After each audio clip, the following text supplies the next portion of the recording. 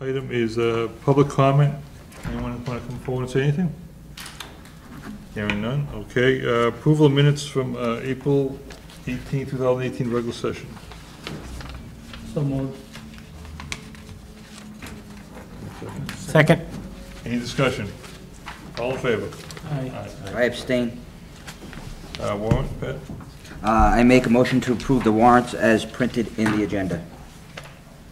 Second. Any discussion? All in favor? Aye. All right, we're going to do the Director of Public Health. Yep, Karen Clark is here this evening, and Bill LaShare. It's going to come join us. Okay. No, this is the Board of Health.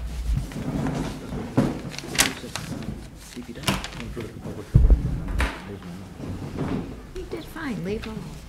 How you doing? Good. Hi. How are you? Good, how are you doing? Hi, Bob. All right. Lead off? Do you want to? I'll just open up Oh, quickly. sorry. Okay. So tonight, we're discussing the renewal of the intermunicipal agreement between the town of West Boylston and the city of Worcester for various different health inspectional related services that the city of Worcester provides for us.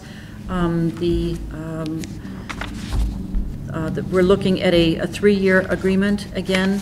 And Karen, are you prepared to speak to the key details on this change, or would you like me to? It's entirely up to you, whatever. I'll let you go through that. Sure.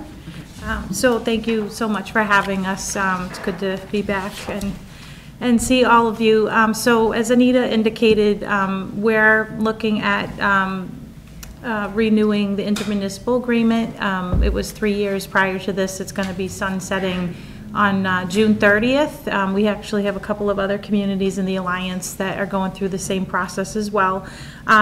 Really the only difference, well, aside from our environmental health work that Phil and his team lead with housing and food inspections, nuisance and so forth, we also have been providing community health services. We've been working closely with the chief of police and others in the community and the Board of Health to do a lot of work around substance abuse prevention, education, and awareness. We're going to continue to be doing that. That issue is certainly not going away anytime soon.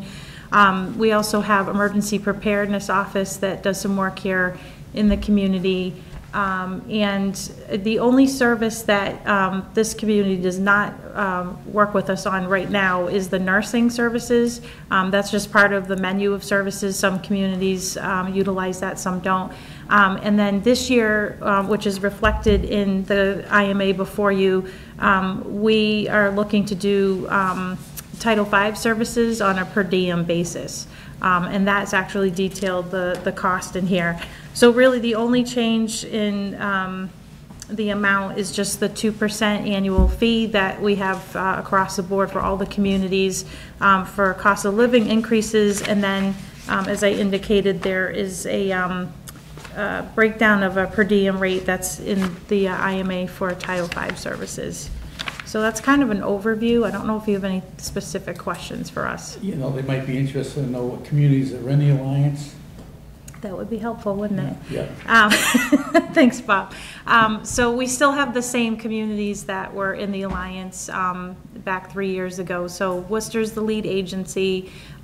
We have 26 individuals that are on the team that provide these services to Leicester, Millbury, Shrewsbury, Holden, Leicester, West Boylston, and Grafton. So we sort of dispatch all of our team out into all of those towns to do these services.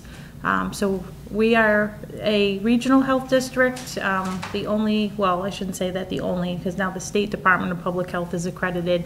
The first accredited health department in Massachusetts back in 2016. And I think still the only local health department that's accredited, and the only multi-jurisdictional accredited health department in the country. There's no one else that has this kind of a model. Most other states have county-wide structures, so we're a little bit different in Massachusetts, that we have 351 individual boards of health. So we still have, the Board of Health still has their autonomy, of course, but we're really the health agent and we provide those services. The benefit to the community is that we have access to real professional people in specific fields. We also have access to some grants from time to time that we would never be able to access in our community. So we've got a professional team backing up the Board of Health, and it's a great advantage for a town like West Boylston. I know, Bob, speaking to you, you've had very good luck with them, and you thought it was it's been a lot better for the town using them than what we had in the past, because we went to them about 3 years with them. Yeah, it's because we have professional, trained people that are able to go to a situation and understand the nuances of an inspection, either a housing inspection or a food inspection. And the regulations are pretty, detailed, and these folks are professionals, so that we avail ourselves of that professionalism. So the Title V now, who does that? We sub it out to Private engineering. a private engineering firm, and his name escapes me. Jay Finley. Jay Finley, thank you. So now the city, My team will be doing it. We do Title V's in Leicester, Holden, Shrewsbury, and Grafton. So one of the things that he was mentioning, I'm a registered sanitarian, certified health officer, certified soil evaluator, system inspector. My number 2, Julie, is certified soil evaluator, system inspector. Julie and I, we like soil in particular, but we do it all. In particular, what we're able to give, not to say anything bad about your current consultant, is we attend the Board of Health meetings also. So, and we're in the office, so if there's a plan that's in the office, I'll come by on my way in and pick it up, review it. I'm at the meeting to answer any questions. So we're able to give that kind of service. Right now, you're mailing everything back. And then if there's questions at the meeting, quite frankly, I've been answering them because I've been. That's right. Their presence at our board meetings and his presence in the office allows me to respond very quickly to a need of a homeowner or a contractor that I might not be able to get from Jay. Although Jay's an excellent engineer. And I would use Jay on a bigger project, like if we had a larger thing that maybe filled in and feel comfortable with, we would certainly avail of ourselves of his services. and the price of the homeowner is about the same, or? Yeah, we use the same pricing that we would use with Jay. And then. You charge us $750 for that service. Well, we have it broken down. I asked them to break it down. We have it Because broken not down. every service is, every inspection is not $750. That sometimes we don't need a full range of inspections. There are different issues that happen with septic systems. So the 750, There's been an amended Yes. version of the Yeah, I don't have IMA. that, I don't have that breakdown, I Yeah, just I'll see give- it's I'll give 750. that. That's fine, though, you can just tell us. That's fine with me. Yeah, we break it down based on the inspection. That's fine. It's on the 4th page, Bill, I think. Maybe I do have it, where was that? 3, 4. In the So agenda? it's in the Appendix A.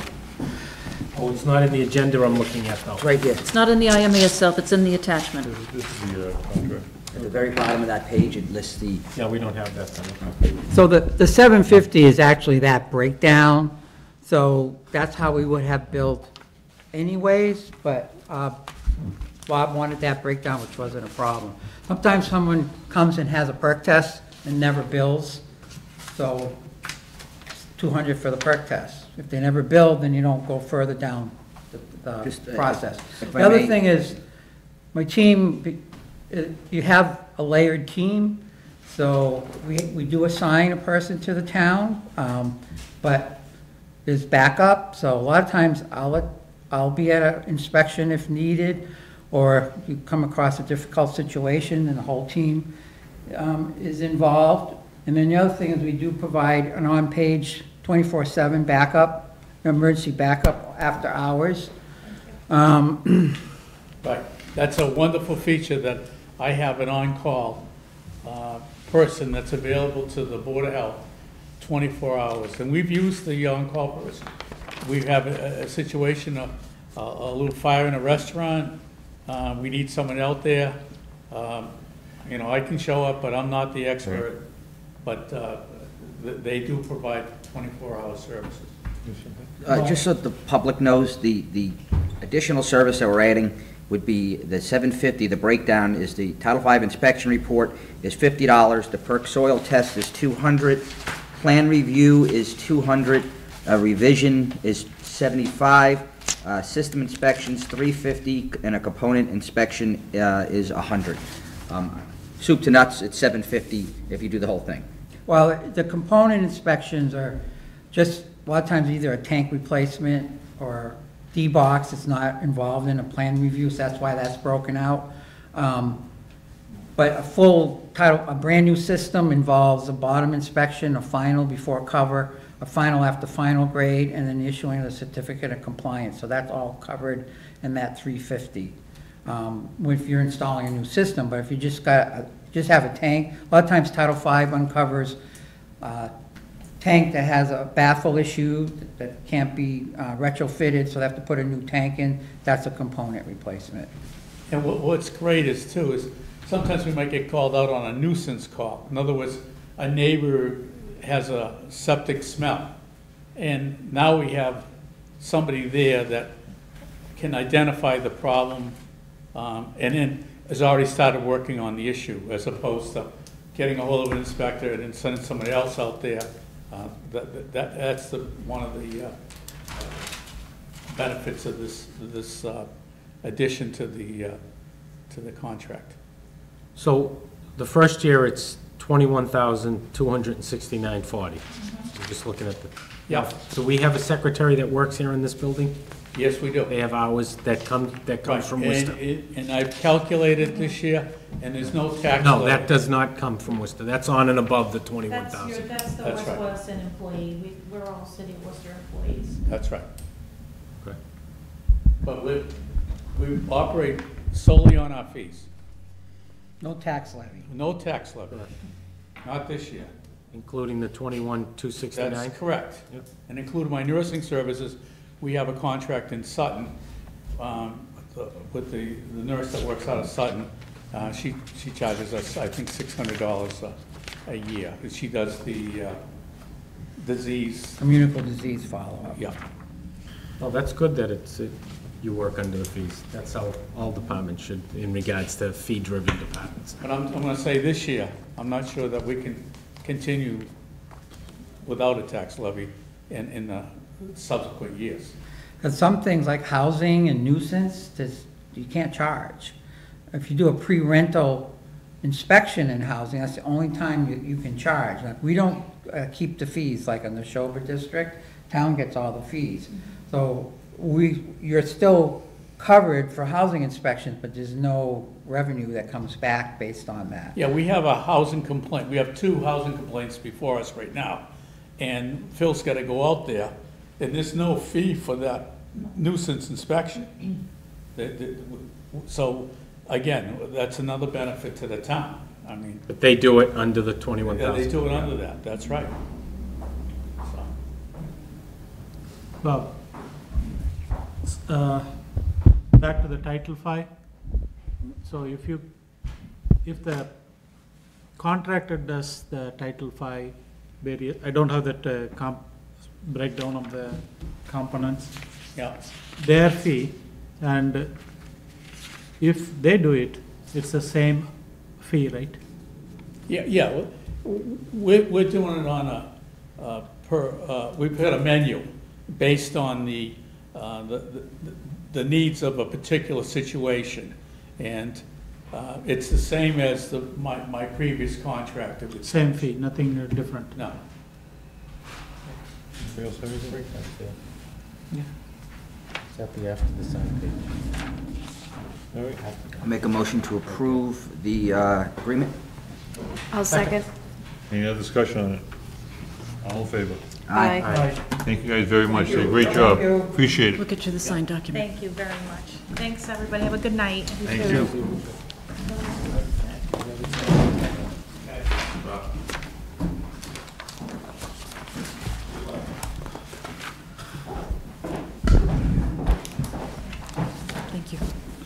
All right, Vern, you ready? All right, Butch Jackson, DPW Director, he's gonna go over a few things. You wanna take them in any order you want, or you want me to? Just take them in order that are on the agenda. So we got the update on DPW site improvements. Yep, do you have the copies? I do. Yeah, it's the one. Right here. Outside of reading them all off, we, Hold on, Butch, hold on, do we need a 7:15 public hearing? We have a public hearing at 7:15. Hey, Butch, can we just put you on the side for 1 second? Yep. Sorry about that. you want to move?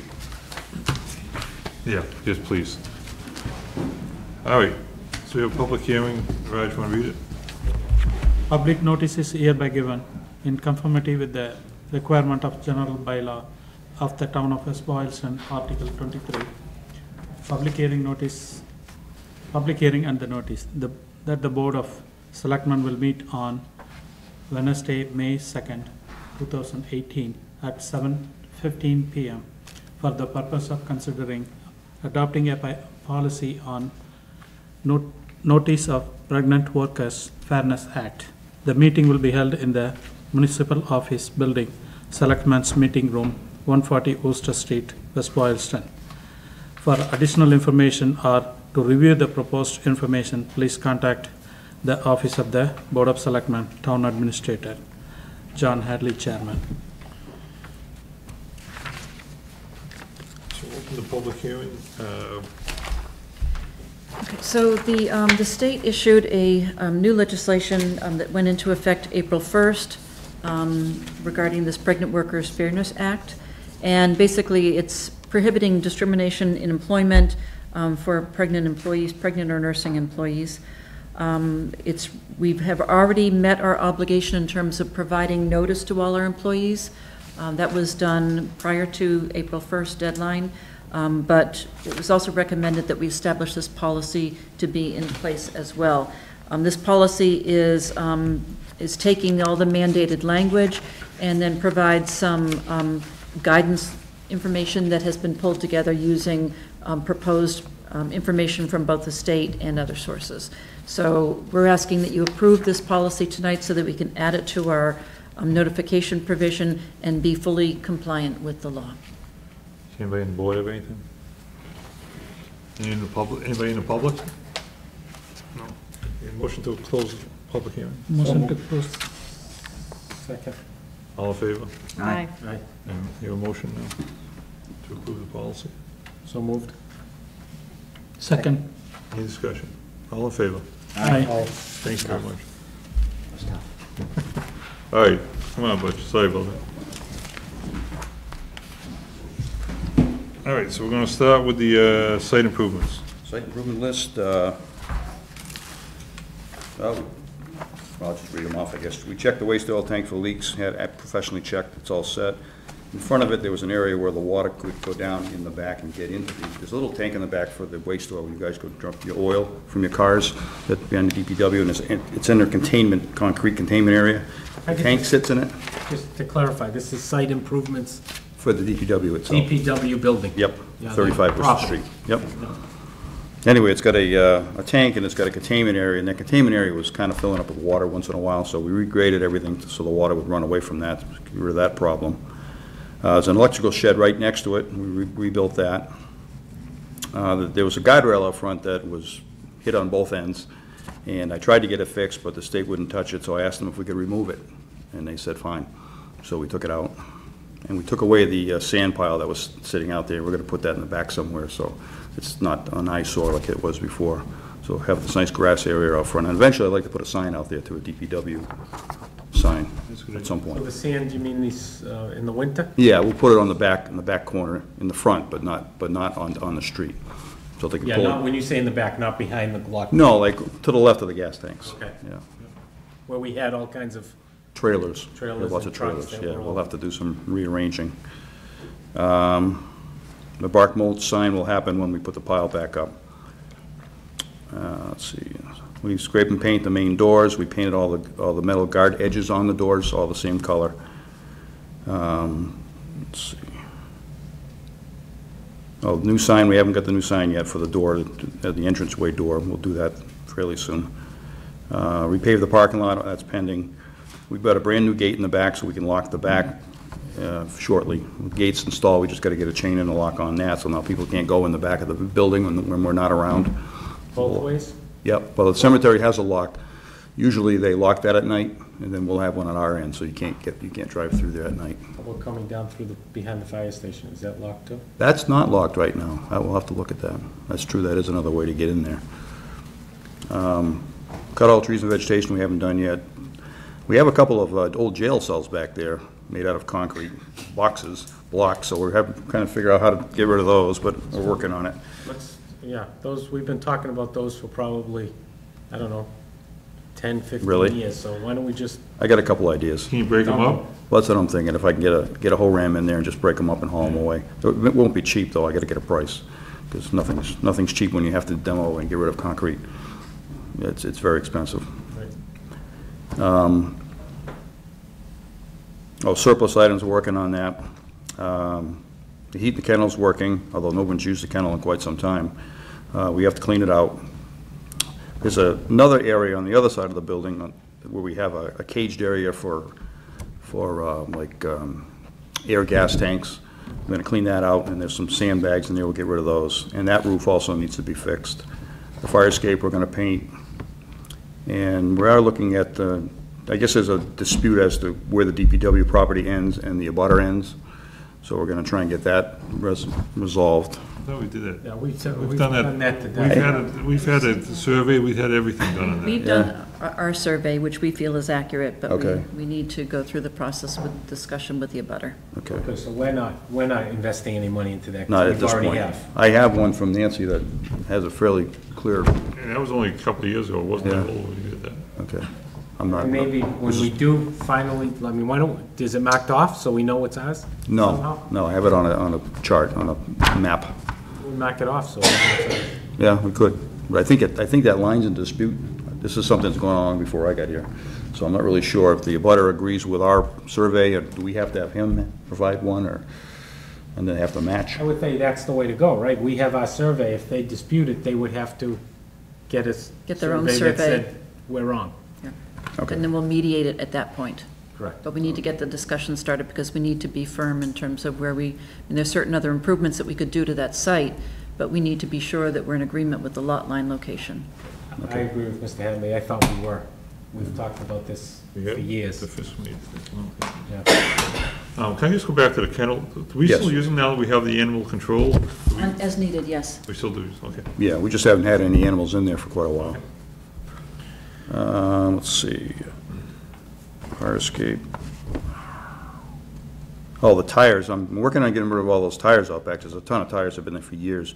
And apparently there's in our bylaws, on the revolving fund bylaw, we don't have tires listed on there, but Leslie's working on getting that added to the bylaw so that we can get rid of these tires with the revolving recycle fund, which will be good. You got a guy, don't you? I do. And scrap, To the recycling center. yeah, well, we have to pay for it. What are they, I don't know, it's like $5 a tire or something Like like that. $2 And I have probably several hundred. Several hundred tires? I have probably a couple hundred tires, yeah. Big pile. But as soon as I get that straightened out, we can work on that, I think get we that just out have of to, there. we just have to Bite the bullet. bite the bullet, get them removed. Well, I don't have the money in my budget to do it, that's the problem, unless you want We to do have it. to, we have to do Well, it. she said July 1st we should have an answer, so if it's only a couple of months, because I have at least almost $2,000 in that account, and it's probably more. So that would take a good chunk of them higher. And then the other one's scrap metal, which we do routinely. That's where the money comes from, most of it. That's it for that. Now, we have two street surveys. We have the one with the grids is the stop sign survey. The one without the grids is the street name survey. The street name survey shows that we have 42 signs missing in town that we could put back up When was this done? within the last month. Wow. And some of them are questionable, because, they're not questionable, but some of them I'd like to put two signs, like In fact, they're written on here, Central and Prospect. So if you're coming up Central or coming up Prospect, you'd know both directions which way you go. Most streets, it's the main street, like say you go up Prescott and you come to Shady Lane, you have a sign for Shady Lane. You don't have one for Prescott because you've already come up Prescott, you know that. But these two thoroughways and a couple of other ones, mostly Central and Prospect area. I wanted to put a sign up in each direction there. But the total cost would be like $4,200 to do everything. What, to replace all these signs? Yeah, On this sheet here, you're saying? yep, Butch, is this Chapter 90 eligible? I think it is. It doesn't seem like a lot. It seems pretty reasonable. It's $100 per sign and post. That's if I go to O'Connor's. If I go, I might be able to get other places, but that's what I got for a price. And I believe it is Chapter 90, if we want to go that route. Is there any grant for that? Stop signs? Any what? Grant? Chapter 90. Any This is- grants? Hey, this isn't stop signs, this is street signs. we're This is talking about. street signs without the grid, yeah. I don't know. I haven't seen anything. Do we have a grant writer? We do. I'll check into that.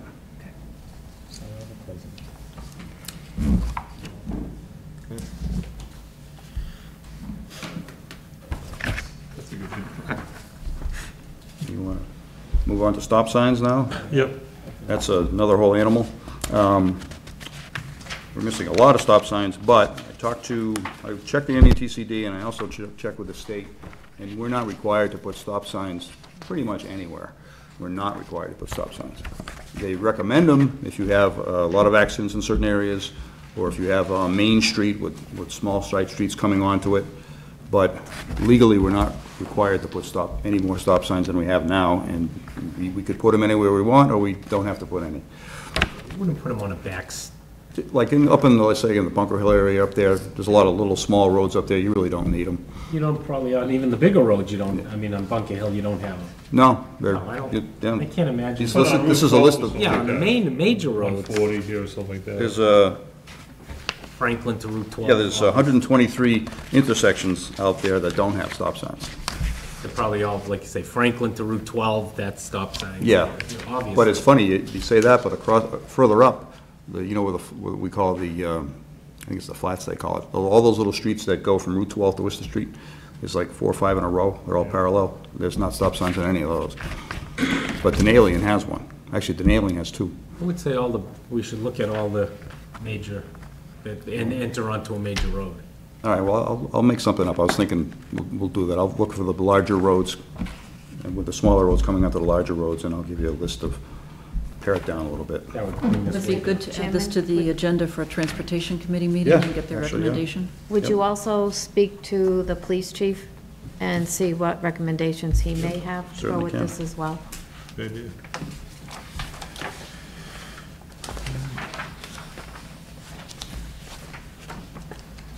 Okay.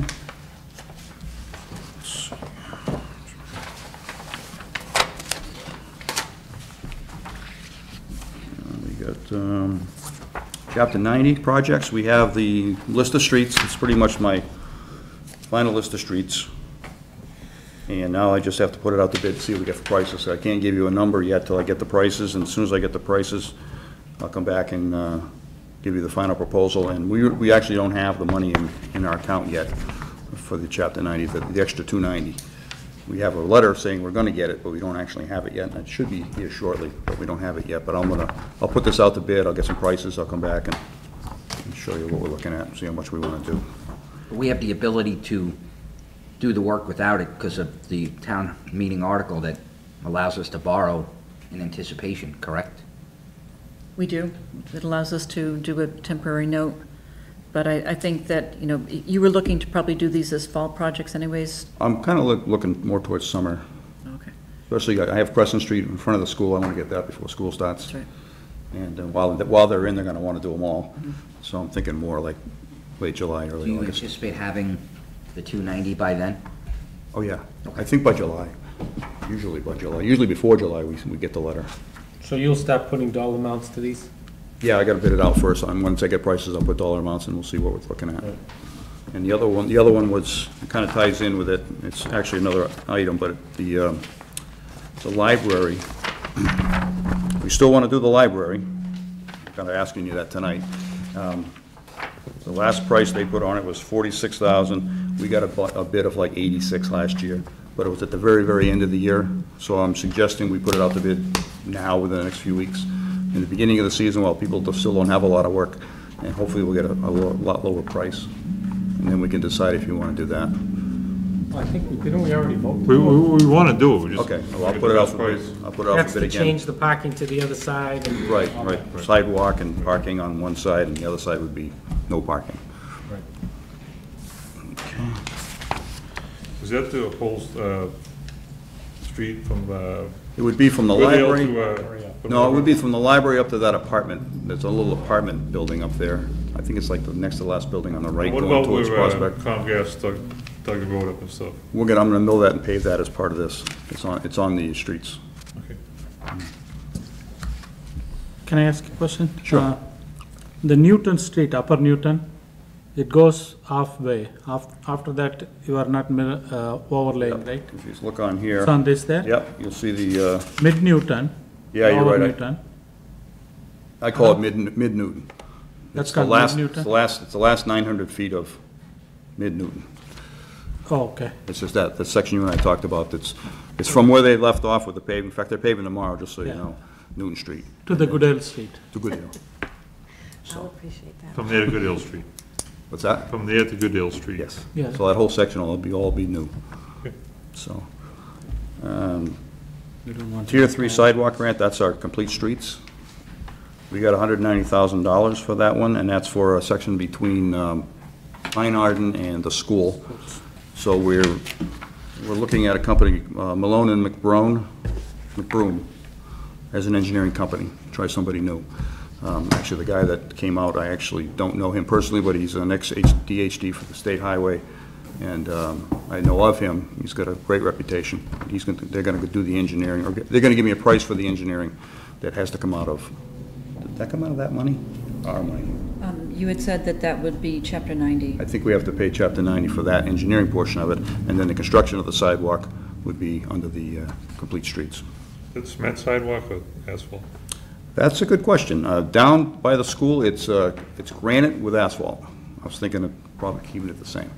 The asphalt's much cheaper, the granite's much more durable, so it's kind of a good combination. It'll match what's already there. Definitely got to use the granite curbs, though. Yeah, it'll last forever. Now, how about that program that we've been working on for years to put all the streets in it and That's it. it? Complete streets? Yeah, no, didn't we? The pavement management program. Yeah, have we, And that's has that what- been, That's what Butch used to try to Yeah. identify the next group of streets that should be done. so have we been updating it as we build, as we do work on streets? Have we Not been up- really, because I just got it last fall, but, I thought we've been talking about that program for, since John. well, there was one in When 15. we spent all the money on the Yeah, thing? is that the one we're still using? This is the last director we bought a program.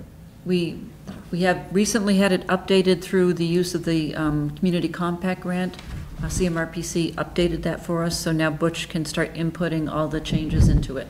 So he received the software, et cetera, from them last fall, and now he'll start inputting all these changes into it. And the good thing is, if all goes well this year and next year, we really have wiped out everything that's really, really bad on the list, and then most of our streets are in fairly good shape after that, which I think is unusual for a town this size. So that's good. Library parking, we've talked about. Crosswalk stanchions on Goodale and Crescent. I talked to the police chief about that, and Anita did too. And he's all for the stanchions, but he does not want them in the middle of the road. He feels that at Goodale and at Goodale and Crescent, and the one down by the light plant, I think that's one of the other intersections. He feels turning traffic is going to take that out. And then further up on Crescent by the school, he feels that the school, that area is too narrow, and that thing would push cars towards the side of the road, or it would be hit constantly. So he suggests if we do it, put them at the sidewalk, maybe one on each side. That's just his thoughts. I'd love to do anything there, but I'm just, they're gonna get knocked over. I mean, it's gonna be, I have them in my town, and they get knocked over constantly. Constantly, they're gonna disappear, because we purchased them years ago and they all disappeared. Yeah, well, it could So, be. I mean, I don't know if we want to start looking at those major, putting those lights. I don't know what the cost is, but any of the real busy ones, I think it would be the two at the school, the park and the school. Yeah, I've seen those Those are lights. the yeah. busiest in town. I don't know what the cost is for that. Yeah. Didn't we, did talk Transportation about Committee? looking at getting some prices for permanent or I don't think last? we have a, Well, I mean, my concern is, right now, Little League season is here, and the fencing the new fencing at the Little League field is helpful, because the ground balls don't go into the street anymore. But people, I mean, I don't have kids playing Little League anymore, but when they did, people come flying down that hill. good deal. Down Goodale, come flying down that hill, and we gotta do something. I don't think that was even one, was that one we were gonna put the signs? I don't know which ones. I'm not really sure. I thought they were all gonna be on Crescent. No, That's what I thought, so. when I had brought this up, I was, from the little parking lot across the street, that people have to cross Goodale. Yeah. I was my idea was put something there, and then the crosswalks to the park from the school. Softball into the school. Yes. So, Those two. I mean, ideally, we get you press the button, the flashing light comes on. Now you're talking tens of thousands of dollars probably versus Yeah. the stanchions, which are a much cheaper option. But I'm not comfortable just talking about this and saying, oh, we need to do something. We've identified a problem, and we don't have a solution. Well, I think we have a solution, it's just how we're gonna, I mean, that one you're talking about on Goodale, there's no sidewalks. You're coming from a parking lot to a parking lot. Isn't there one at the bottom of the street? No, no, Like, no. from the parking lot to the... There is. nothing? You can hardly see it anymore, but yes, there is. Seen them every year, yeah. There is That's a not where they cross. That's not where they cross. I see what you mean, yeah. Further up. It's there, I but they just don't use think, it. I mean, I think we need to do something. We need to slow the cars down, first of all, that come down Goodale Street, it's awful, Mm. they've always done this. But I think if you put a sign there that says crosswalk, people just get used to it, and after a while, it just doesn't, you don't see it anymore. But we can do it as a minimum, but I just think it gets to the point where you're just not gonna see it anymore. It's just gonna be part of the grass, part of the fence, part of the only way to go is Just stop sign. to look at prices for lights. I mean, that's the only, I agree, but for now, I think we should use the stanchions for now, and then You want to get two, I think you need more than that. You need just for that area? one each you're saying side. 2 for everyone? Well, Two two, sides. well, maybe we can, if it's on Goodale, we didn't ask the chief that, he may be okay with putting one on Goodale in the center. Goodale's narrower and Yeah, I think he they would still. definitely hit that he- one. He was saying for all of them to have two, So- one on each side. So you're talking 2 intersections, 4 signs? Or are you talking 4 intersections, or 4 crosswalks with 8 signs? I'm not sure the light plant one was one that we were talking No, about. I'm talking the one by the softball field, Yep, so there's 3. Three Yeah. intersections. and then Three the, intersections. and then the one by the School. Major Edwards Yeah. going across. So- And then Goodale. So Okay. three, Six- so six 6 total. altogether. So 6 altogether. And we did the 2, years ago, we did the 2 on the one to Major Edwards, and the other one, we put signs there. I Okay. think they lasted a month. And we look, obviously, they'd like to see, get a price on the permanent sign, so you could just get an idea what's So gonna with lights? Yeah, they have, I mean, they're all over the city of Worcester, and they're flashing yellow lights. I actually love them. They push the button and they light up and... Right. Right, and it lets that's not something, people see a light, they're gonna say, oh, there's actually somebody in that crosswalk, because it has to be activated by somebody touching that button. Okay. Would we look at seeing if Chapter 90 money would fall into that? I think it would, but I'll check into it. Okay. Or as we always ask you, since you're talking to the grant writers Grant writer, anyway, Yeah. Ask them yeah, about this, yeah. too. That's a good one, yeah. Okay. The track list, I'd like to pull that out of the mix for now. I've done a lot of research on that, and I was very frustrated with the sidewalk, because that thing breaks down, it seems to me a lot, but I talked to a lot of towns, and what we're experiencing is not uncommon for that machine, for that unit. It has shear pins that go, there's a couple of wear items that go quite often, and I had our guys do a little forensic, real good look at it. Jeff has been out for 3 months, so Joe's been alone all winter, he's been kind of stressed, so we finally went over it completely, and we're under the impression that and I also found that it's only 5 years old. I thought that thing came with the original machine, but that one was bought in 2013, so it's not that old. But they feel they can fix it for around $1,000, so that's much more reasonable than buying a new one, so I'm gonna pull that one off the warrant, so when you get to it at the meeting, you can just bypass that So one. that's the sidewalk Snow blower, snow blower. yeah. I think again, I don't know if Anita asked you, but I asked to try to get a history on Yeah. all we've done I think we've done a lot more than just that over the years. Well, We've that- bought different attachments we've purchased. Well, it actually works great with the machine it's an '07, it's air conditioned, so when they do go out and do the flail mowing, the side mowing in the summertime, it's a comfortable machine. It does all of the sweeping of the sidewalks with a broom, we use that all the time. And when the snow blower went down this winter, I stopped putting money into it temporarily, and we put a V-plow on it, and we V-plowed the sidewalk, so Yep, we have so it that, and we has- also have another side plow, so it's a pretty versatile piece of equipment. And I'm finding that most towns have it. Some have 2 or 3 of them. So it's a great piece of equipment. So we're gonna rehab that snow blower and stay with that. Do you know the other 2 warrant articles? There were 2 other. One is a truck. One's a truck and one What is that? That's a 350 with a plow? well, if I do get it, it'll be a 250 250 with a with plow? a plow. And that was gonna be for me so that I can plow during the heavy storms, because I will plow during the heavy storms, and I've been plowing. And, but it was originally designed, because the facilities director was gonna take my truck, because mine's a 6-cylinder and I can't put a plow on it.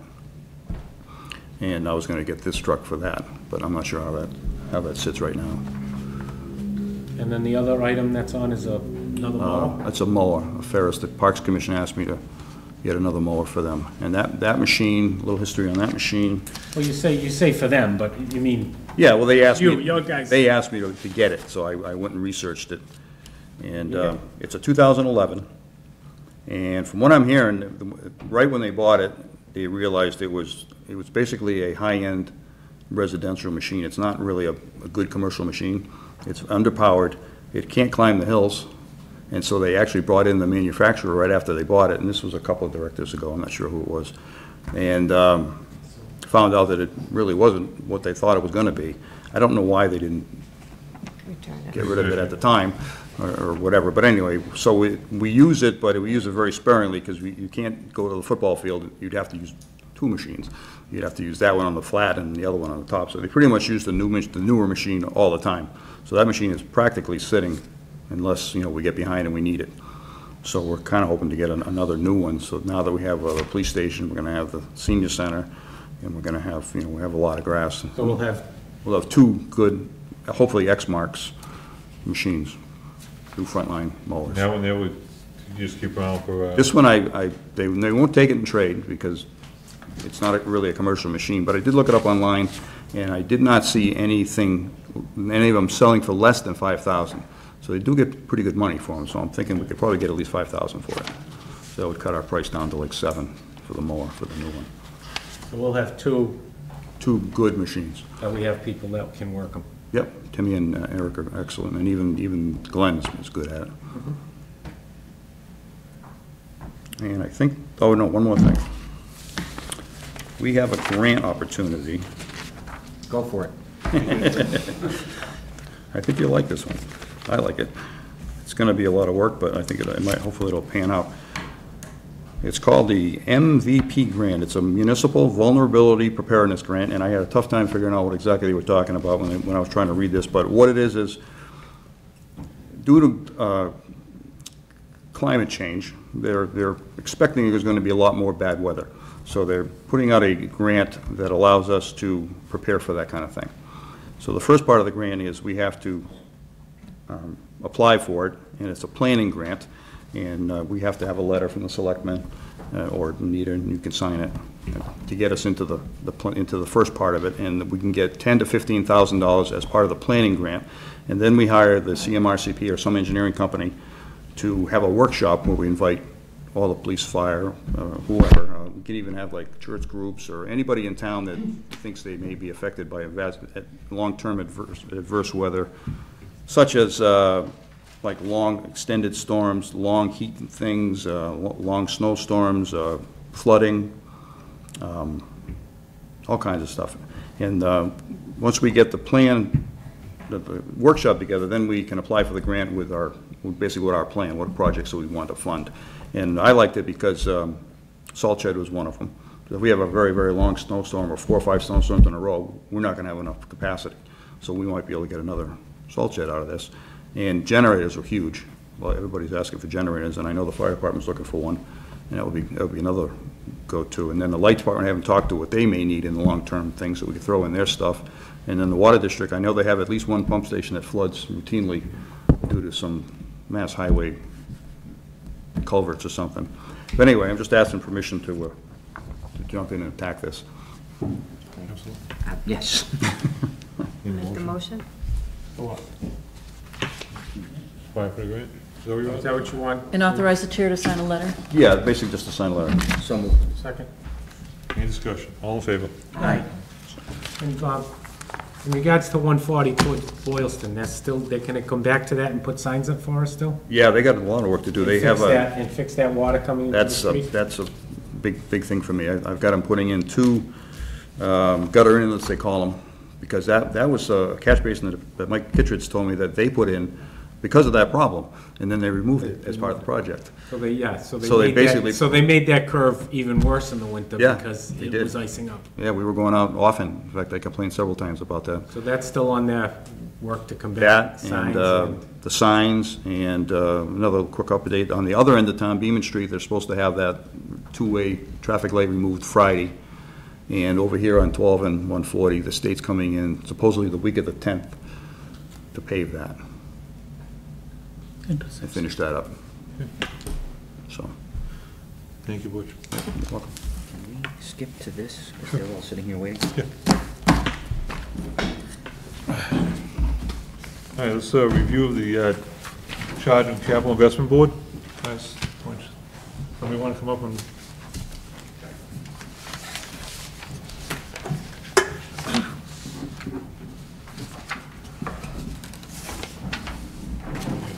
So I had asked this to be put on the agenda based on the conversation that I had with Mrs. McCall. The charge of the Capital Investment Board right now says that they are to review all proposed capital outlays, $20,000 or more, and it's all officers, boards, and committees, including the Selectmen and the school committee, shall by September 1st, so on and so forth. So the charge is to look at all purchases that are over $20,000. My understanding is that's not happening. Well, there's a lack of uniformity in the process. The initiation of this discussion is after having met with the schools. They'd indicated that, at the end of their budget year, if they had excess monies, they may choose to purchase various capital items that we may or may not have seen. So I had asked Anita to forward a copy of the charter just to try to clarify exactly where does that charter stop and where does the autonomy of the schools to purchase things within the scope of their budget stop. As the capital review process for the schools is, at this point, is fundamentally different than that for the rest of the town. So basically looking for either guidance in the form of clarification of the FinCom charter or other guidance on the directive of how we should approach it. But as it sits right now,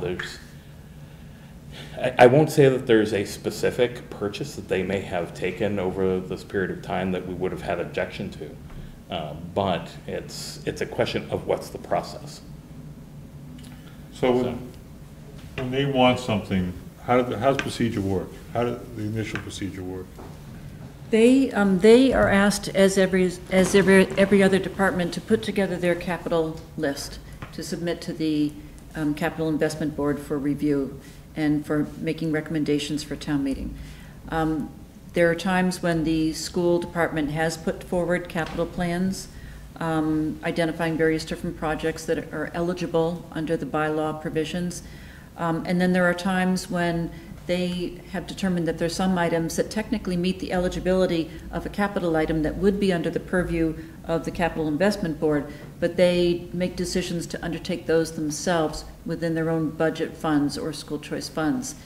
And I think that when I spoke to the school superintendent about this, she had indicated that there are times when they for time-sensitive issues, they just go ahead and purchase what they can if the funds are available within their budget that they have purview over.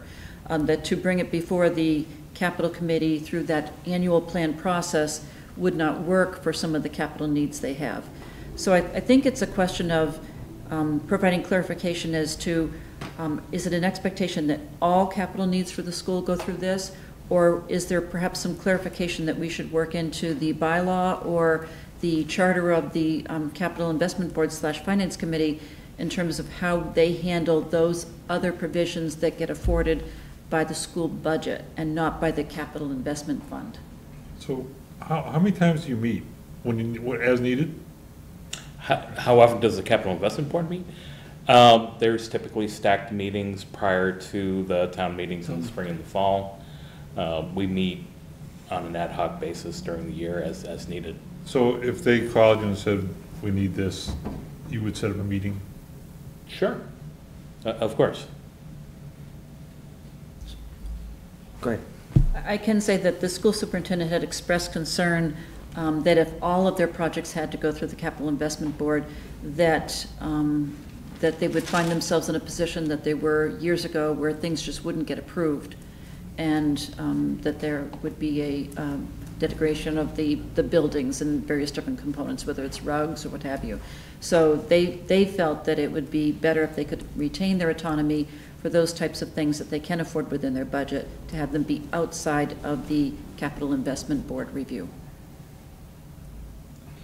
I personally feel, I mean, the Capital Investment Board and the Finance Committee are an independent, they're independent of the Board of Selectmen, they're independent of the schools. I like the oversight of, and I'm not saying that the schools are doing anything wrong, buying things that they shouldn't be buying. Quite the opposite. I think they're very fiscally sound from what I've seen them do. But I like the idea of having an outside group look and say, does this make sense? And that's the way, the way the charter is written, the way I read it, it does say that, you know, they're supposed to, the Capital Investment Board is supposed to look at anything over $20,000. It doesn't say they're supposed to look at anything over $20,000 that is going to be paid for out of the Capital Investment Fund. So, as it's written, I think they're supposed to be looking at it. I personally, and I don't know how the rest of the board feels, I personally feel that an independent body looking at any large purchases is always a good thing. If it becomes cumbersome and they can't meet, you know, everybody's reasonable. We can, hey, we have to do this. This is an emergency. That's fine. But to just say because it's within our budget, which is half of the town's budget, because we have it within the $12 million you gave us, we're going to buy whatever we want without any outside oversight, I think is short-sighted on their part. Mr. Chairman. I think we should invite the superintendent to a meeting and get their viewpoint. I think they should have a voice. You know, maybe something we look at is, how long ago was the $20,000 set? Is that something that's realistic in today's world? I mean, I have no idea when that dollar figure was put there. I think we might have raised it.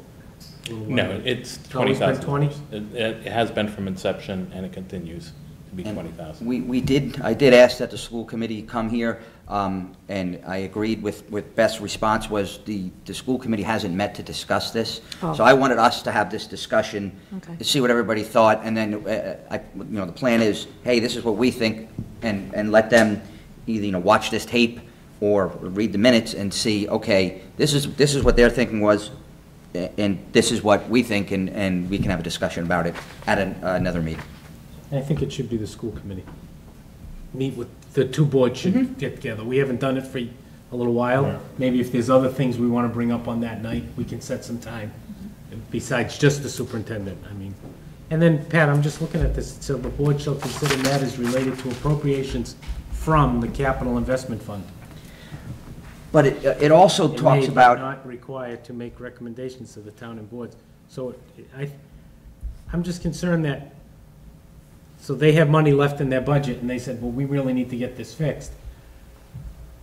I don't think this policy says that they can tell them what to do with it.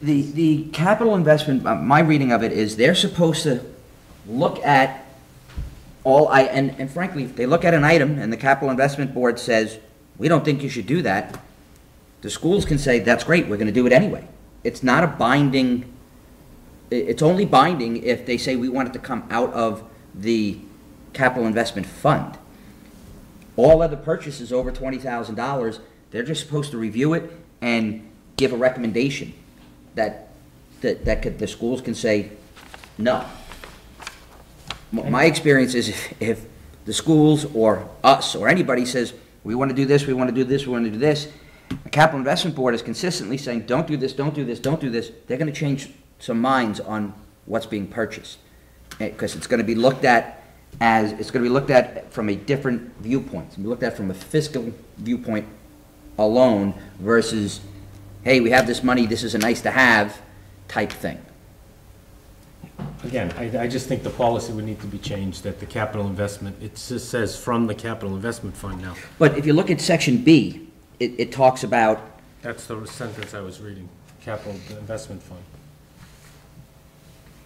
I mean, Says, the the board board shall, shall consider matters related to appropriations from the capital investment fund. what B. letter?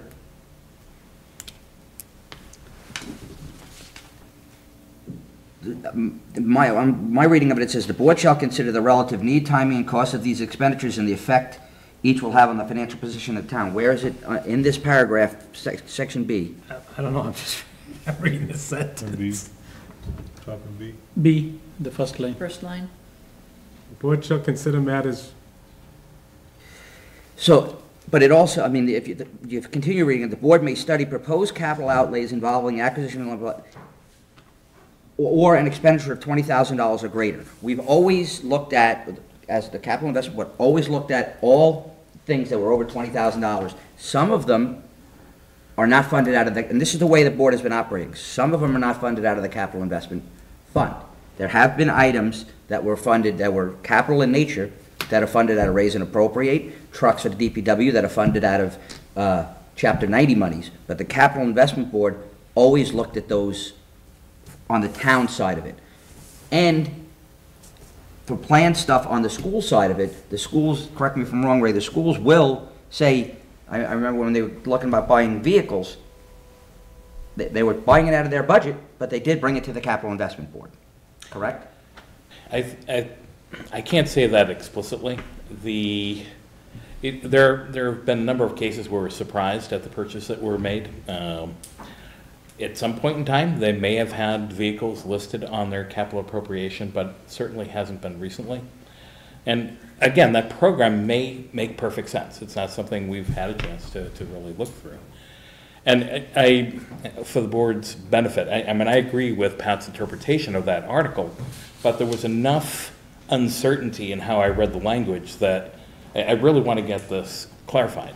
I think as a board, and we have not voted on this, but as a board, we prefer uniformity of process, that the same rules apply to everyone, and not because there's an urgent need and maybe it gets slowed down for whatever reason.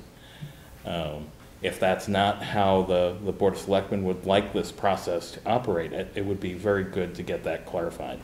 But I think we as a committee would prefer to see that it's uniform across all town departments. I like Siobhan's idea, get the school committee in front of us, and we'll meet together with them, and we'll get this hammered out somewhere. well, let's have an idea of, yeah, what exactly. Right. If this is the only, I mean, again, I think what we're reading here does say the capital investment fund. You can read it 10 different ways probably, but it starts off right away, and then it gives everything you do as the capital investment, what you can do within the fund. I mean, I'm just, you know, if they meet with the school, and the school really thinks this, they say no, you know, what's the benefit? What are they gonna say? Okay, well, we're gonna spend it on something else, so we might, this is money at the end of the year, is it gonna be turned back to us? Does that money that they think that they were gonna spend go into the fund for if they want it next year? You know, I don't know, I think there's a lot. The schools generally spend whatever is given to them to do updates, upgrades, whatever. Well, I think we should be glad that they're doing it on these things that might come out of the fund. You know, and if we start saying no to them, they're their own board. I mean, I don't, we give them a budget, they can kind of do I what mean, they they're want. their own board, but I mean, we don't appoint the capital investment board, that's appointed by the moderator. The capital investment board and the finance committee are completely independent of us. So, I mean, we could simply say, we're our own board, what's to prevent us, well, we're our own board, why are we gonna go to the capital investment board for stuff we wanna spend? We wouldn't do that. If I could, to respond to you, Chris, I think it's really a matter of optics. The purchase of assorted programs without any other review, how does that fit into the overall long-term plans? Are we investing money in school infrastructure and architecture? If, there's other things that may be going on down the road, it's just a matter of, what's the second check? For all of the other town departments, there's a matter of checks and balances as these things are looked at. I just think we have to Again, look it's at. a question of uniformity. Right, the board shall transmit its recommendations to the town administrator, as well as appropriate offices, boards, agencies. I think it's everything under the town administrator, because it doesn't say town administrator or superintendent of schools.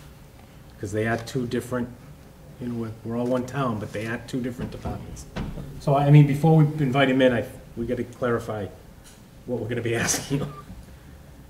I think it would be worth having a discussion and just put all of the different thoughts on the table before perhaps we then try to determine what the best clarification process is. I mean, the schools may come in and be adamant about it, and we may turn around and as a board say, okay, keep doing that. I just. Well, let's have them in here, this is a good step to start. I think we should maybe look at other things that we've been thinking about with the school, maybe some shared services and things like that. Maybe at that time, we can have a list for them and we can talk about a few things that night. Sharing computer services, all these different things that we've talked about. Maybe as both boards are here, the facilities person, how we're working that out, maybe all of these things can be talked with both boards. I guess I would also like to, any other members of the Capital Investment Board have an opinion they'd like to throw out? Can I ask one? Ray, getting back to the $20,000, do you feel that that's a good dollar figure, or is that something that you might want to talk about amongst the group? We haven't really broached that issue. Okay. It's been fairly functional because it acts as a discriminator between things that we would choose to push under as a raise and appropriate article versus spending this larger capital pool intended for bigger purchases. Could it be 30,000 or 40,000? Yeah, probably could be, but that's going to limit your ability to fund some other capital items through this line item. Okay, just curious. Anita, what exactly am I reading here? This item that I'm reading, what is it? This is language from the bylaw. Oh, from the town bylaw? Okay. Ray, while you're here, is there anything on the warrant items that, you want to talk? I guess the only thing I would add on the capital investment board standpoint is one of the things that we also oversee is a capital plan for the town, whereby we get submitted to us from each department as to what the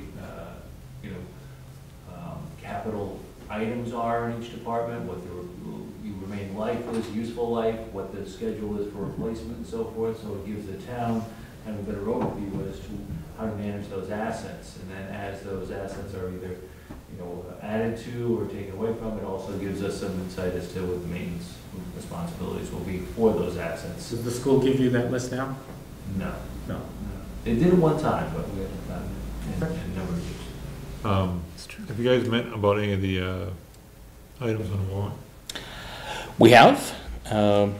There's, I think probably the one that you would be most interested in is the question of the DPW truck for the capital line item. We did meet, we had a few questions that we'll be forwarding to Anita, but we have not taken a vote on that. Okay. Did you get the information about the potential trade-in value for the truck yet from Butch? That was one of the open items. The part of the rationalization that the DPW director has offered is that he would be able to plow in lieu of other contracts. Right. We'd like to see an estimate of what that cost savings might look like. So when will you guys be meeting? We meet again on the 14th. 16th? Do that next meeting. 16th? The Sounds next right. meeting is the 16th. Okay. Yeah. So you'll, The meeting Monday. the you'll have an 14th. answer before our next meeting. You guys should, will have a vote. yes. Okay. All right, thank you. Anybody else have anything for me? We do, well, we have the Finance Committee here, and Tom's here. Tom was looking to see if we could do a reserve fund transfer. He unfortunately has had major issues with one of the CPR units, the Lucas 2 unit, and he had it checked by the vendor, and it would cost as much to repair it as it would be to buy a new unit. So the chief has gotten a quote now for purchase of a new unit, and I was hoping we could just quickly Sure. talk with him about that and make it, Sure. So the Lucas 2, which is our Comfort. automatic CPR machine, started throwing a malfunction code and wouldn't allow us to use it. So we had the manufacturer come in, and the guy came out and hooked it up to a computer like everything today and said the batteries failed, causing the circuit board to fail, causing the motor to fail. So it was gonna be $12,000 to fix the machine, and a new one is $15,000. So we said, all right, well, it's kind of dumb to spend $3,000 on an old machine that might fail again. And they're coming out with a brand-new machine, which we were able to get a better deal on because we got a better discount. So they got it down to, I believe it was $10,600 for the new machine. He threw in a new case, he threw in 2 new batteries with it. So we're asking to get that funding approved. I had talked to Anita today with it, and she just said to make sure that I went through the proper procurement procedure, because it is over the $10,000 limit. And I had to make sure that this was the only vendor that sells this piece of machinery, which I believe they are, because they're proprietary of this proprietary. region. So where are you getting the money again? So this would be a request for a reserve fund transfer to be approved by the Finance Committee, but historically, selectmen have always weighed in on these as well. I think probably if what we were looking at is, if we could say perhaps a not to exceed $12,000, that would provide the chief the flexibility he needs, so that if he needs to get quotes, he'll be able to go out and get those quotes from the different vendors. The thing is, we have 2 of these machines, 1 on each ambulance. The nice part about it is being the same make and model. You can swap them around, the batteries and Right. charging cords and things like that, plus the staff And learn is how to use comfortable the with machine. Well, machine. and you have to use, it's not something you can be without anyhow. With the staffing of just 2 paramedic EMT on the ambulance, it is saving us a lot of time, because that takes place of 1 person doing CPR. So it enables the other person to do other tasks. One might be driving, the other one might be administering the medicine that the patient needs. And the machine has proved itself to work. I mean, our results are getting better. The evening of the faulting one, the machine did bring the patient back, so that we were able to get a viable patient back to the hospital. So it proves its worth. Tom, did you say the battery basically malfunctioned? Is that something that like yearly gets checked, or 6 months? Is that on a maintenance kind of program? This was like a state-of-the-art type machine when we bought it in 2012. Okay. It was like the first of the kind. I bought those concerns up to the manufacturer saying, didn't you have a procedure for this? Like, how come it didn't have a warning? And he apologized up and down and said, you know, that was really something that we really should have worked on, but where it was getting there. Yes, there are contracts that we can sign up for, but with a service budget that's kind of fixed, there's only so much that I can allocate towards these mandatory servicing. Okay. They do have another plan now that you can do a service only, which they come in and check the machine yearly, and it's around $300 for them to come in and do that. The other plan is like an $1,100 plan a year, and that includes any parts or warranties. Okay. So going forward, this should not happen again. I'd hate to have you out on a call and this happened, is my point. With the brand-new machine, he was telling me this morning that it has the capability of getting diagnosed daily through the internet Okay, to say that it's good to go. functioning, okay, So it will prevent this from okay. happening in the future. And they watch that, One You of our watch it. people do, or You we'll watch get an email that'll say, hey, your Something's machine's wrong. down, something like that. I haven't really seen the whole program, but this company is pretty reliable. What about the other machine? Is it good? The other machine, you have another one working, right? Yes. So that's the same model you will be buying. How old We're that buying machine? the newer model.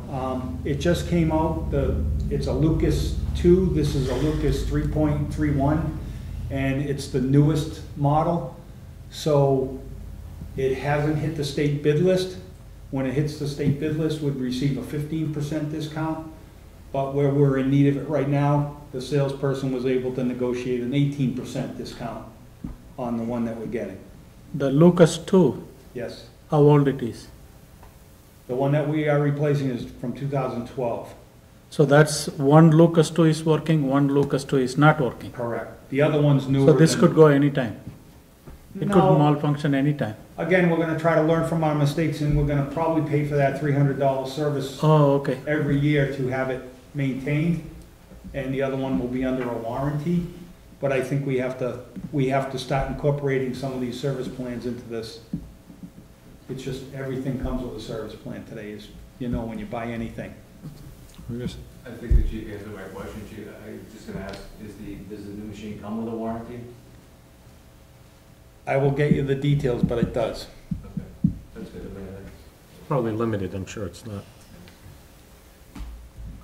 All right, so what do we It need? should. I mean, I believe it was a 3-year, but.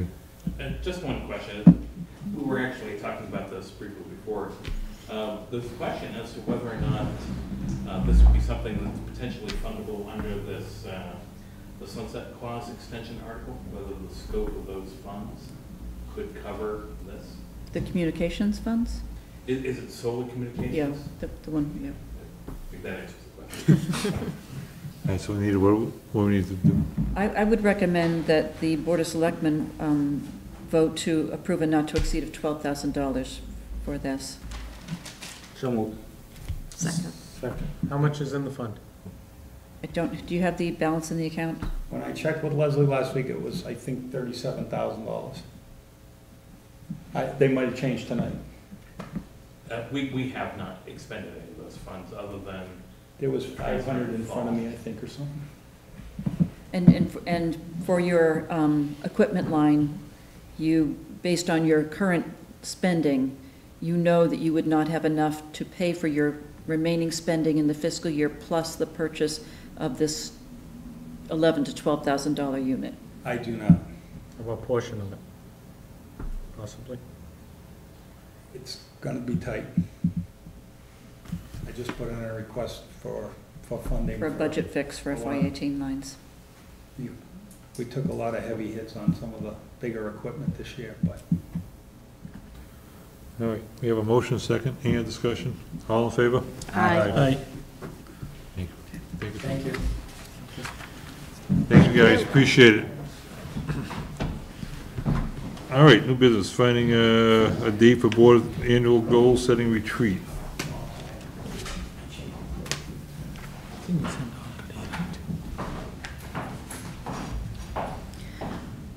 Nancy had been trying to poll the board to find what might be the best time to have the annual retreat to set up the goals for the next fiscal year, and it just seemed like there was no real concurrence in terms of what would be best, so we thought if we could have some quick discussion tonight, it would give us some better guidance in terms of dates that we should be looking at.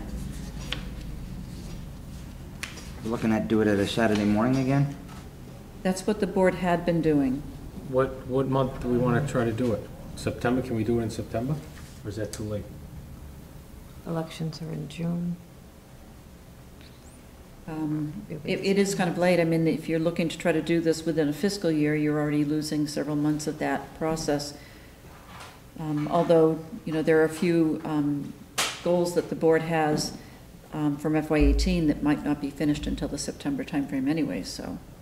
Is it possible to break it into 2 sections maybe and do an hour before one of our meetings? Throwing it out as an idea. I don't It usually know. takes us 4 or 5 hours, so it would be So what, sometime in May.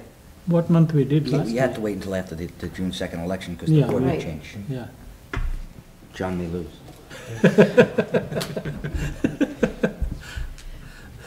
you never know. So what month we did last year? Do we have to wait till after? You did, I would suggest we wait till Yeah. after July, the I believe, election. last year. I'm It sorry? was July when you met July. last year.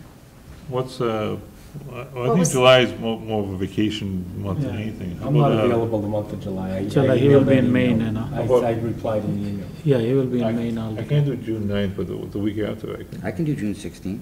Were there any June dates that came back, Nancy, that we all could? No, June, July, no one could do June or July.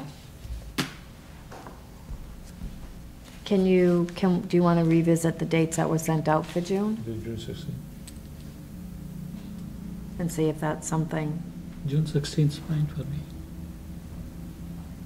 The June 16th work for you, That works for me. Siobhan? I have to check the office calendar.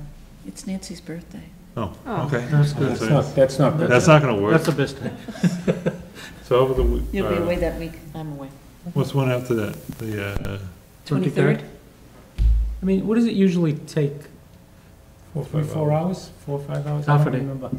Yeah, it's Saturday. I mean, we've typically not gone beyond the lunchtime break, Start at so, 9, yeah, from 9 to 11:30.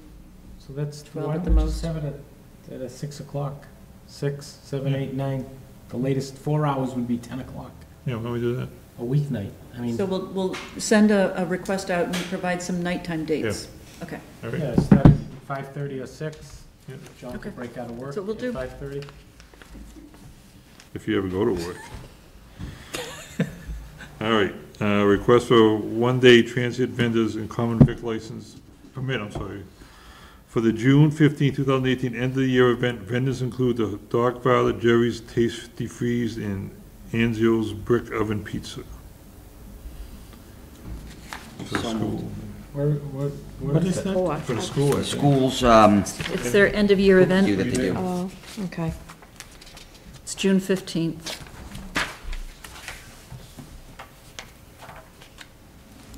Did you make the motion? So what I made a motion. are we I'll second. giving each one of these people?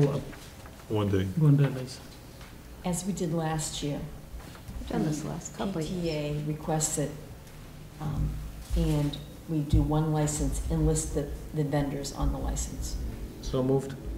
I did. Second. All right, Second. I'll second. Second. Also, Any discussion? All in favor? Aye. All right. Recognize the acceptance of the following donations to the Bandstand Committee and to approve expenditures to these funds for general purposes. $265 from Clinton Savings Bank, $265 from the Manor, $265 from Michael Casey, DMD, $265 from Oriole Healthcare, $265 from Miles Funeral Home, $265 from Bernard's Auto Body. And we have to accept that. Just recognize it? Accept it. you always do. You Second. you vote to accept and to allow expenditure. Okay. So moving second. All in favor? Aye. We already did the transfer. Old business, Pat's favorite thing, ABM, measurements and verification 2018. I assume that is do we want to renew the contract? Right. Do we want to defer this to the next meeting? I'm firmly against renewing the contract. I agree 100%. I did have a conversation with Eileen McHugh from DOER, and she said that she would recommend that we give careful consideration before you let ABM off the hook, so to speak. Because, it's their obligation under the contract that we have, that if things start to not work well, they basically have to go in and do the minor repairs or the tweaking so that we get the energy savings that we are agreed to. If we take ABM out of the picture, and that means that, we would have to pay someone else to come in and do an analysis and make the adjustments that might be needed. Well, we're giving her $15,000 a year to do it. Correct. And from the meeting we had to discuss this, when Roger was here, he said in the last year he hasn't seen them. They haven't come out and done any tweaking in the last year. That's true. They had done a round of tweaking just at the end of the first year, and they found that was working effectively, supposedly, but there has been nothing happening in the past year. So we're paying $15,000 For the measurement. and they wrote a report. But plus, when they were here, didn't we ask them to look at other things the last time they were here? Didn't we talk about other? Have any list of that? Well, I know that I didn't see, the report apparently was in the wrong format. Correct, and they have completed the submittal to the DOER in the format that's required, so that's been done. So I go back to the. Can I just speak on that? I reached out to them after I spoke to Nancy. About 50% of my lights don't work in my garage. And I reached out to ABM to correct the situation with no reply. I called, left messages, so I'm kind of frustrated. Geez, Pat, sounds like you. So apparently we're paying them the $15,000 and they're not even living up to what they're supposed to be doing. Yeah, I wasn't aware of that. Right, so, I'm glad you brought this up, but my take on it is they're gonna do the measurement, and I don't trust a word these people are saying, and I think we're wasting our money. They're gonna get the measurement to work some way, so the town gets paid, they get their $15,000. They're gonna make the measurements come out in their favor somehow. Maybe I'm wrong, but that's just, all the meetings I've had with these people, they come across as that they're disingenuous, and you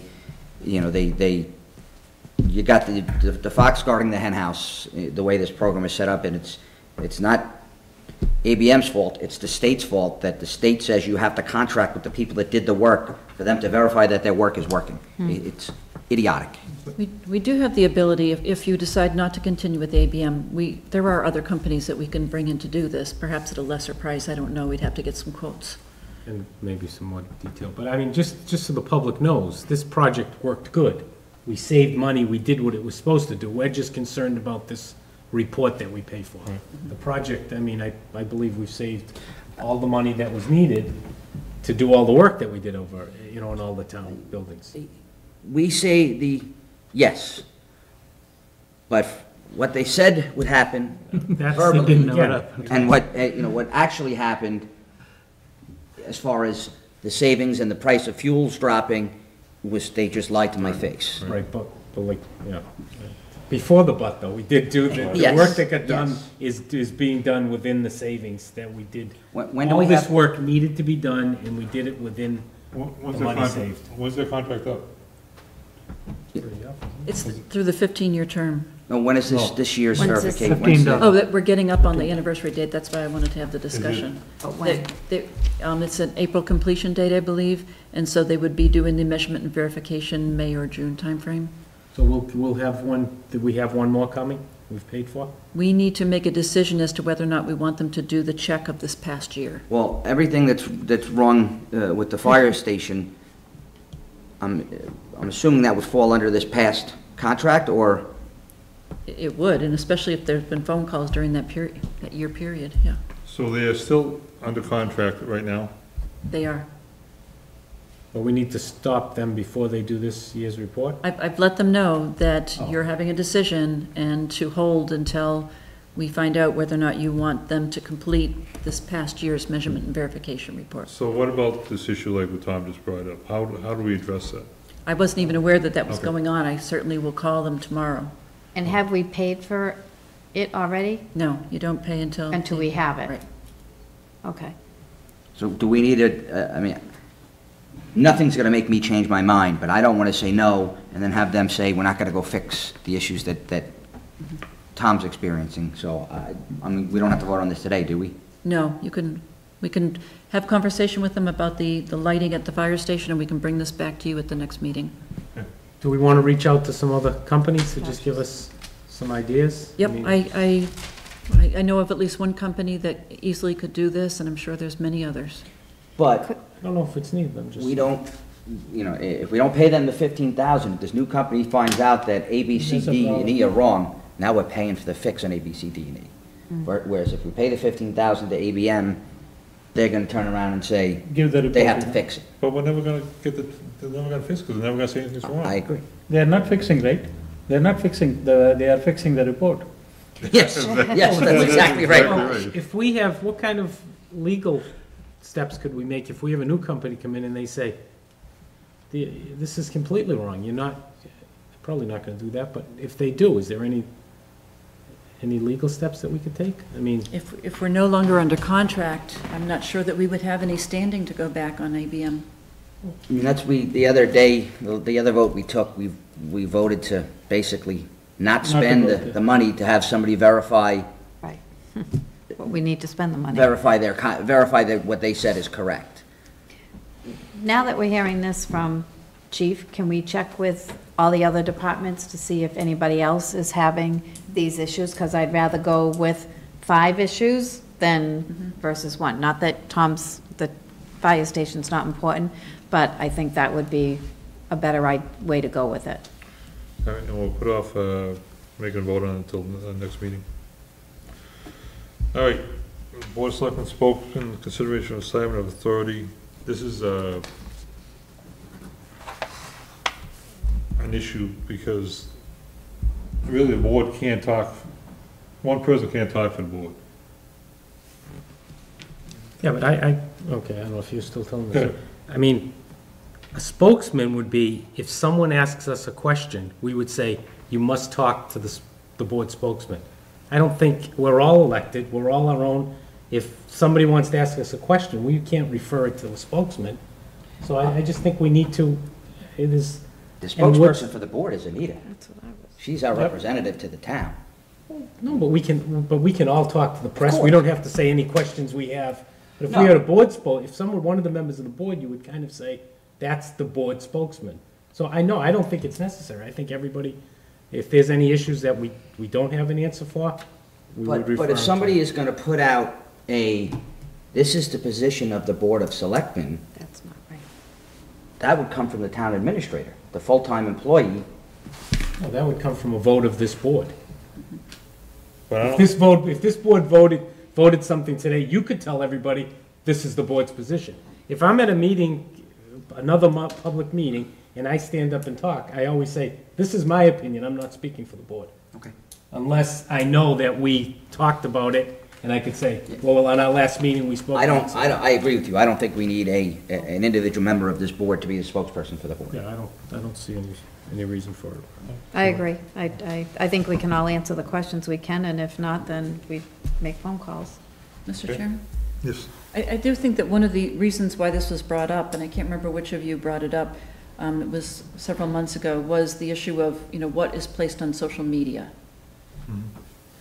that's what we have to be careful of, because, like I just said before, not one person can answer for everybody, because it's one person's, authority. You can't give that to one person to answer for the board. I don't disagree, but to But tell you. as a Board of Selectmen, you can, if somebody has a question, you can respond. At the same time, as a Board of Selectmen, you can respond to the other, for the same question, right? Right, but if it's a specific question, you're responding As an individual. as an individual that is on the Board of Yeah, Selectmen. as an individual, not as a representative for the Board of Selectmen. As a selectman, if I'm responding something, I'm responding as my view, not the board view. Right, and that's what's important. It's gotta be your personal view. It cannot be a view from the Board of Selectmen. At the same time, there's nothing wrong, I don't have to say I don't think there is, there's nothing wrong with responding, the Board of Selectmen voted the following. then you can say it for the board, because that was a vote of the board. But to go back to the social media too, like Chris said, if it's, people have to understand, and unless, as he said, he stands up at meetings and states that, I think that's important for us to do something similar, even though it's social media, because social media is the world of today. And we have to be careful, because somebody, if I'm answering something, they may just see me as the selectman and not the resident Siobhan Bonson. And I think that's where we get into some issues. Yep. You know, similar in other towns, Board of Selectmen do respond. They do have a Board of Selectmen Facebook pages. So if some of the selectmen in our board, you know, if they don't choose to have a Facebook page as a selectman, so that's your choice. So I do have a Board of Selectmen's Facebook page. I do post, some of them are like, some of them taken from an reposting from the town website as an information. But, you know, all my postings are in supported by some form of reposting, some form of taken You from have a Raj. yeah, Board of personal page, yes. Yes, that's different than Yeah. a Board of Selectmen. Board of Selectmen Facebook page, and I think we have, between the town's website and the blogs that go out, I think all of the information that needs to be disseminated is readily available on the internet, and I don't think we need to start with a Facebook page and a Twitter feed and all of those things, because we already have the means. Anybody that wants to find out anything that's going on, you can go to the town's website, and any information that you want about any of the projects is there. People, I mean, I see it all the time. People ask questions about stuff, and the answer is, you post a link from the town's website. So, you know, people are asking questions on Facebook, they can go to a different click, 2 clicks away, the answers are right there. So I don't think we need to be duplicating the efforts and putting it, using social media to disseminate information. We're not a giant town, and everything's readily available on the website. All right. And then so we're not gonna take any action on that. And then the step cemetery, you wanna put that off till we, We met the other day, but I don't know, do we want to? Yeah, so there's a site visit that's planned at a piece of property that the cemetery board is recommending be the top choice property for land acquisition for the new cemetery. And they are looking to invite the board to join them at that site visit on Wednesday, May 9th at 6 o'clock, so it would be before the regular FISP meeting. And I've heard from several of you so far that you're able to attend, so it looks like we would have at least a quorum of the board, so we'll get that posted. I may not, but I drove by the other night, and it's Big piece of land. It's a building with land, you could keep driving land. I mean, I think we have to look at it. I mean, my thought is trying to see if some of the land can be used for something besides the cemetery, and I think there's some talk about that too, so. I think it's a start that we have to move forward on. all right. You wanna do the town administrator report? Review of charge of capital investment board. We already did that. Yep. I'm going to go through this quickly, if you don't mind, just for the sake of time. We do have the IT services contract, the existing vendor, the contract ends June 30th, so we're out with a new RFP. Proposals are due this Friday. I have a group of department heads that have been agreed to assist me in evaluating the proposals, and I'm hoping to have a recommendation for a new vendor contract at your meeting on June 6th. The Karima truck parking appeal has been dismissed. The town requested that the court dismiss the appeal for non-action. The court ruled in our favor originally on this, but it was appealed by the Karimas. So that appeal has now been dismissed. So we have both the original court ruling that upholds the town's enforcement of that, limitations on truck parking in residential zones overnight, and that with the new revision to that section of the zoning bylaw we have good clarification now in terms of how we're able to do enforcement on that provision moving forward. This ends it. There's no more actions they can take through the This court ends system. it, correct. Can I ask you on that? The new zoning bylaw, what the town voted, Yes, so is it effective now? it is. Yes, it's been approved by the Attorney General's office, so it's all set. Okay. We were notified by DCR that they want to do some additional Asian longhorn beetle trapping in town. That'll be starting this summer. They've identified areas along the Route 190 corridor on the northwest corner of our town, also on the north and south shores of the reservoir, an area along Shrewsbury Street heading down toward Worcester, and there's a large cluster of traps at the most southern tip of town there by the Shrewsbury and Worcester lines. DCR staff will be out there scouting these areas and seeking access permission over the next month or so. So I just wanted to announce that tonight so that we could make people aware that they may be seeing some activity on that.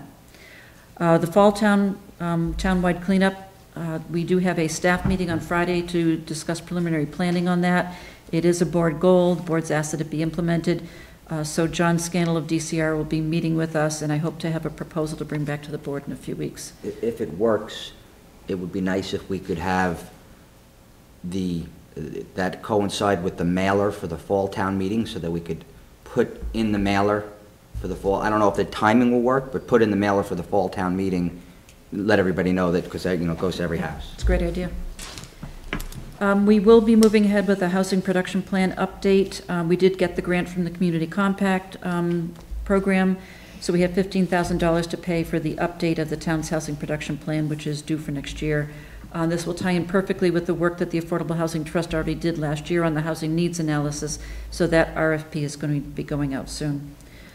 Townwide planning update. The Townwide Planning Committee has completed 4 draft chapters and is working on the next 4. Those include zoning, open space, cultural and historic, and finances. So we're going to be getting those drafts together and seeking public feedback on those later this spring and planning a public forum. Also, in other updates, we are still looking for suggestions from the public for goals and objectives for the board and for the town administrator for the next fiscal year. I have had a few people send some suggestions along so far, but still obviously looking for people to provide us some concepts of what they feel would be important goals for the board to look at in this next year. And that's it for my report. Thank you. Fifth update, everyone knows they've started construction of the senior center. There is the groundbreaking this Saturday at 11 o'clock. So anybody that wants to show up there, we'll be happy to have them, and hopefully it'll go well. Appointments and resignations. Brittany Blaney, pay coordinator, will be resigning May 7, 2018. Meeting invitation announcements. We're accepting applications for businesses for the gateway sign for the period from July to September. May 15, 2018, Planning Board public hearing to consider establishing a zoning bylaw for a temporary moratorium on the sale and distribution of recreational marijuana. Even Public Library Annual Arts and Crafts exhibit. The exhibit will be on display from May 15th to the 25th during library hours. The opening night arts reception will be held on Tuesday, May 15th at 6:30 p.m. May 8th, 6 p.m., board workshop at the police station. May 30th, 1 p.m., Council on Aging, free ice cream social. The seniors are invited to stop by and check out the new temporary quarters of the First Congregational Church, 26 Central Street. Please RSVP so they know how many are attending. And future items. Ms. Monson? I'm fine, thank you.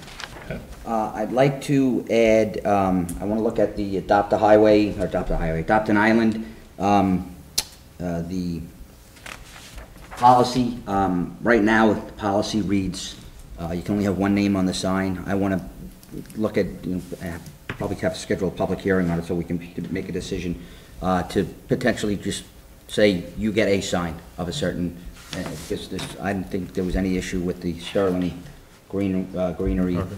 And the Boy Scouts being on the same sign. So we will have to have a public hearing on that, because we're going to change it. Am I correct? Sure, you know that the Boy Scouts have given the island out. Yes, yeah, but I understand that, but that sign was actually in violation of the policy.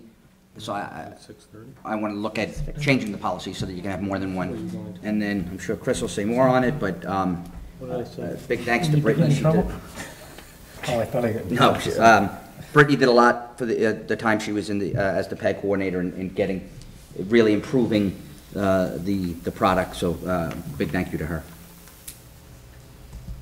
Do we need to announce candidate night or still wait?